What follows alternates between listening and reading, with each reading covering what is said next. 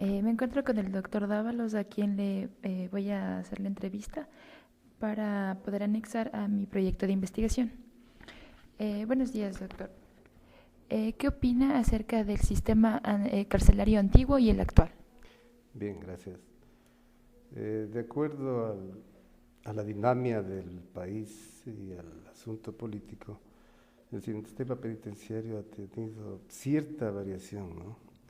Venimos de un sistema caduco, antiguo, donde los denominados centros de rehabilitación no son más que cárceles o centros de hostigamiento de seres humanos que no prestan ninguna facilidad por su infraestructura, por su tamaño y por la falta de políticas para que se puedan estos convertir en verdaderos centros de rehabilitación.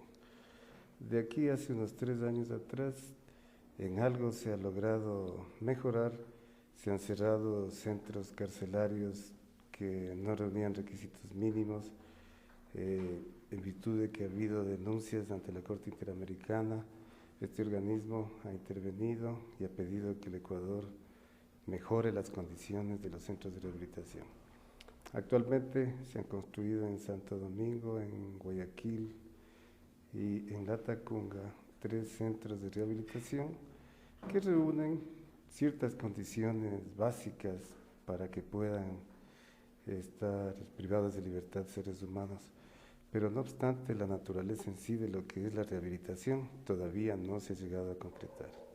Algunos paliativos en lo que se respecta a formación de individuos a través de convenios con colegios, con universidades, a efecto de sacar profesionales, ¿no? que hagan algo útil, a diferencia de lo que en su mayoría se dedican a actividades, yo diría hasta cierto punto ilícitas, ¿no? Como es consumo de drogas o hasta cierto punto asociaciones ilícitas para pensar qué hacer en un futuro. Entonces, creo que en el tema de rehabilitación todavía en el Ecuador no se han hecho los cambios que se requieren y es necesario la intervención de la sociedad en sí para prevenir antes que buscar la forma de reprimir a las personas que han cometido delitos. ¿Conoce usted el procedimiento o protocolo con el cual se trata a una persona desde el momento en que llega al centro de privación de libertad hasta que ya es designada a una celda? Bueno, de acuerdo a la Constitución existen los mecanismos, sobre todo los derechos de las personas que son privadas de libertad. Si nosotros revisamos el artículo 77 de la Constitución, nos habla muy claramente de los derechos de las personas que son detenidas. Entre ellos, antes de ingresar a la cárcel, la persona tiene que ser informada sobre estos derechos, es decir, por qué motivo se le está deteniendo, el nombre de la autoridad, de quién ordenó, el nombre del policía que está interviniendo y darle el derecho a que se comunique con sus familiares para informarles sobre ese particular. Luego, esta persona debe ser llevada a un centro de salud a efecto de que se verifique su estado de salud y se deje constancia de ese estado de salud.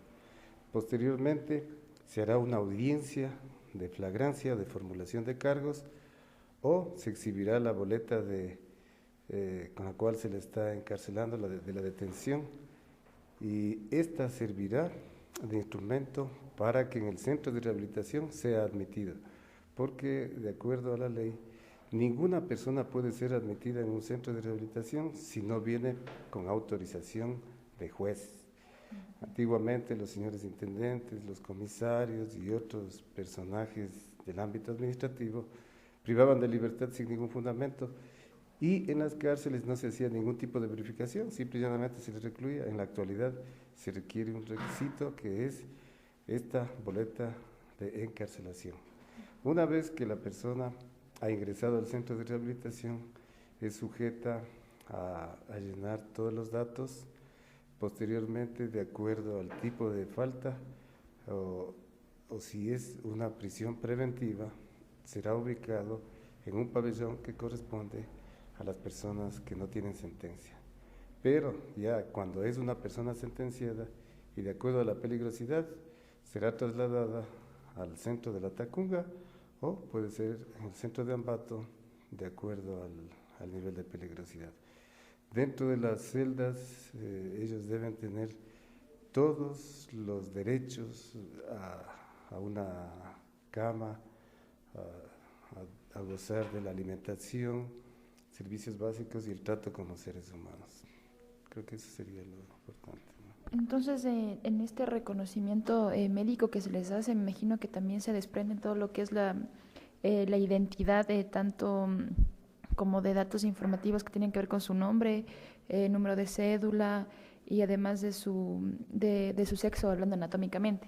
Claro, obviamente al ingresar al centro de rehabilitación, a más del certificado médico que queda en el expediente de la persona detenida, debe ingresar con todos los datos, todas las características del ser humano, ¿no? Apellidos, nombres, procedencia, edad, género, ocupación, profesión y todos aquellos que son elevados a una base de datos para tener conocimiento de la persona que está ahí. ¿Qué ministerio es el encargado del control y administración de las cárceles y cómo usted cree que desempeña su labor?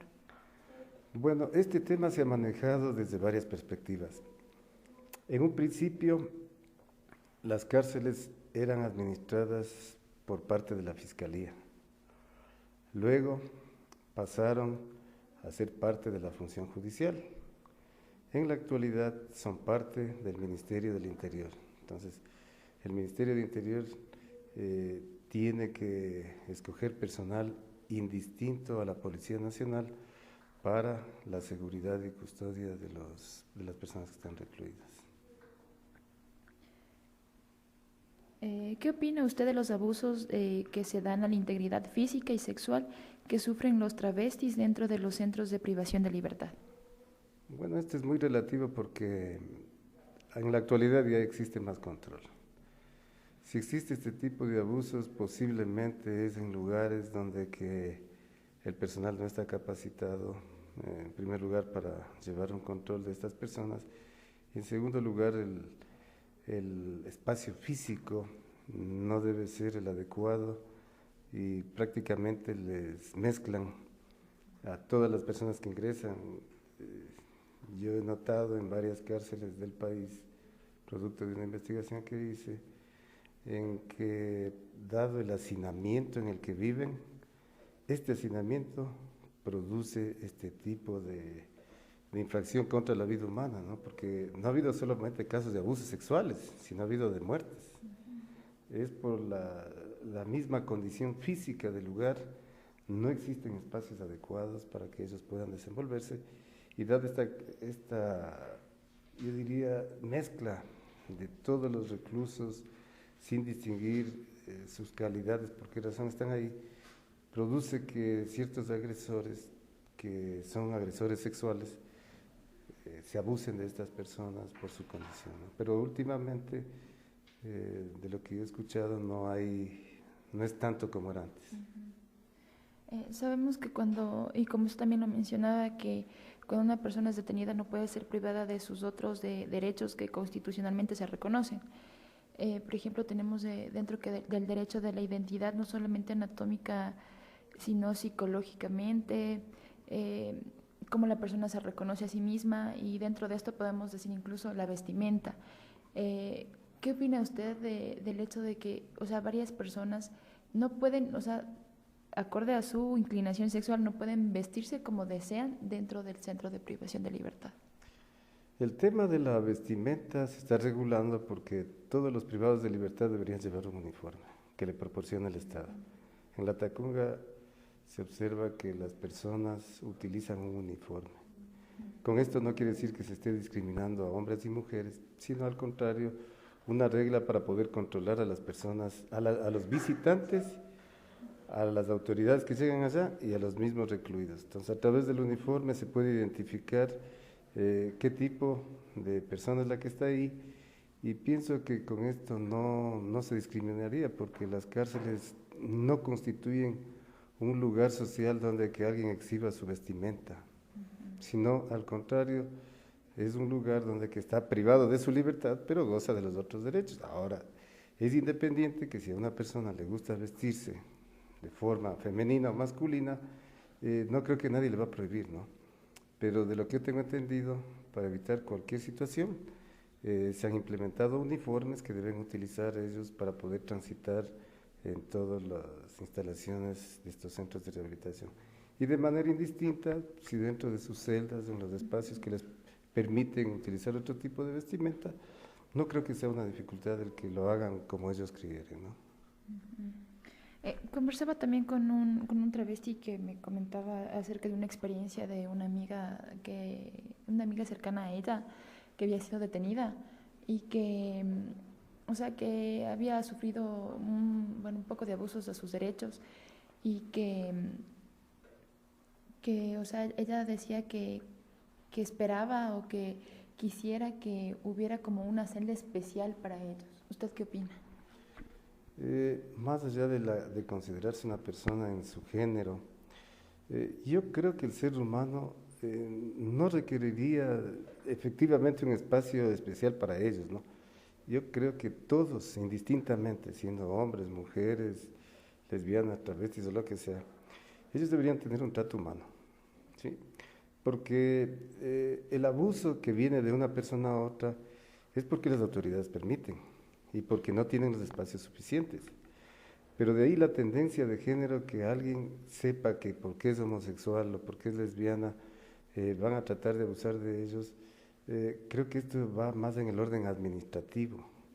Las personas que están gerenciando ahora las cárceles, porque así les llaman, tienen las facultades para ordenar de manera adecuada a todos de acuerdo a la condición por la que están ahí, porque en el país lo que se trata de hacer es establecer centros de rehabilitación de acuerdo a la peligrosidad, agruparlos de manera que ellos se vayan a reinsertar a futuro, y de ahí que crear exclusivamente un centro para homosexuales travestis, yo pensaría mejor como un acto discriminatorio, porque les estaríamos aislando de las demás personas, y lo que ellos buscan ahora es ser parte de la sociedad, entonces es bastante relativo esto. Entonces, ¿cuál cree usted que podría ser una solución efectiva a todo este tipo de problemas? Yo pienso que la rehabilitación social no radica en privar de la libertad a un ser humano. Si aquí en el Ecuador se aplicara de manera taxativa lo que es el Código Orgánico Integral y la Constitución, nosotros notaríamos algo muy especial. Una medida cautelar, que es la prisión preventiva o la privación de libertad, es excepcional. El mismo código reza que se deberán tomar las medidas alternativas a la privación de libertad. Pero lamentablemente los operadores de justicia aquí en el país, yo diría hasta cierto punto de manera inquisitoria, utilizan esta medida como la única para poder asegurar la comparecencia del procesado a juicio, cuando existen otras. Yo estoy de acuerdo que siendo una persona que ha cometido un delito grave como es privar la vida a otra persona, debería ser reprimida en su libertad, pero garantizarle todos sus derechos. Si se aplicara lo que está en la Constitución y en la ley, los centros de rehabilitación no estarían tan abarrotados. En el Ecuador existen cerca de 27,000 recluidos. Muchos de ellos están con prisión preventiva. De estos que están con prisión preventiva, no todos deberían estar ahí. Debería utilizarse las medidas alternativas que establece la ley. Es decir, hay varias medidas cautelares para garantizar la comparecencia. Y la más grave de todas es la privación de libertad. Por ese lado, podríamos nosotros controlar, inclusive al mismo Estado, no le exigiría un gasto enorme, porque el mantener a un ser humano privado de su libertad conlleva demasiados gastos, como es la alimentación, hospedaje, lo que es las áreas recreativas, es decir, una serie de factores para que esta persona sea bien tratada. Entonces, la política del Estado, esperemos que con el tiempo se vaya implementando el Código Orgánico Integral Penal y se pueda garantizar los derechos de la persona y prevenir. Ahí siempre les llevo un mensaje que hago a todos los estudiantes, ¿no? Es mejor o más fácil educar a un niño que castigar a un adulto. Entonces, la solución está ahí. Eduquemos muy bien a nuestros jóvenes y evitemos